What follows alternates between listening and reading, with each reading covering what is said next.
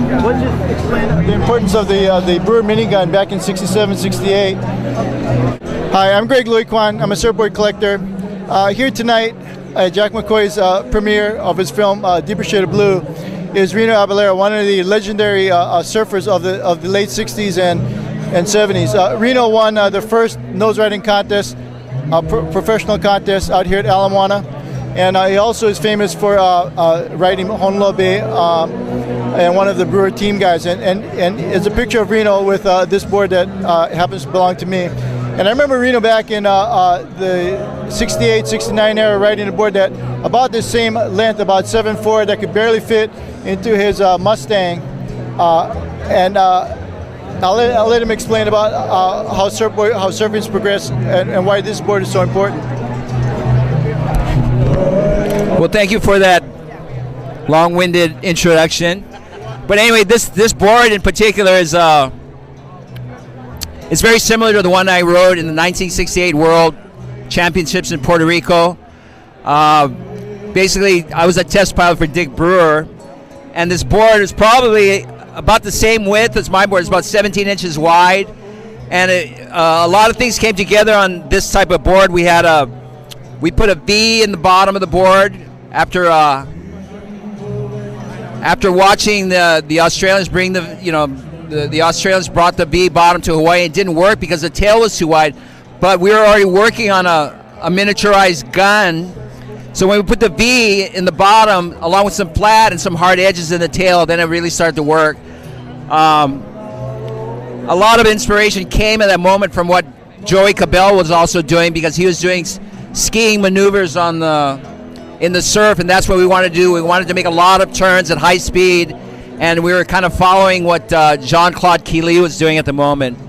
But if you look really closely, we were also trying to do yoga to limber our bodies so we could fit better in the wave. And you can see RB. We're also into yoga and meditation and eating living a clean life and eating a healthier diet. And you can see RB in top shape and form here. He's doing the lotus, and I'm doing the I forget what this pose is called, but Jerry Lopez and I are both in the photo. I actually picked the spot for this photo shoot. It's up on Tantalus, and I put together the photo shoot. But this is a classic board. It's really a pleasure to see this type of board in there. It brings back memories. Thank you. So Dick Brewer had quite an influence on your career. Would you want to tell us something about him? He taught me how to shape. He's very inspirational. He's very forward thinker, and whatever we did as far as the next surfboard, he would translate it and add something to it. We're at the very cusp of the shortboard revolution, so when boards went down 2 feet from the average 9-foot long surfboard, the components that were in that surfboard is what really made the board work. So, and Jock and I can probably have some comments about that. Talking about this minigun here. Where'd they find that one? That's a beauty. Very fast. Huh? Do you know something about this board? That particular board, no, but I know the era and the style and the impetus that was behind it. This fellow over here, yeah. So it went very fast, but you needed to be a good athlete to be able to ride one of these because of the narrowness and the edginess of it. You could fail to ride it well very easily.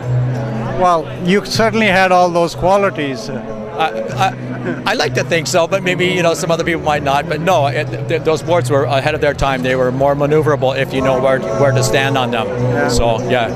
Do you remember your first board? Can you tell us something about it?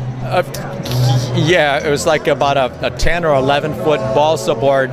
But before that, it was an old redwood board that I wasn't surfing on. But my first board that I stood up and surfed on was probably a 10-foot balsa board of my father's, about maybe 30, 40 pounds. And yeah. All right. Thank you very much. Thank you.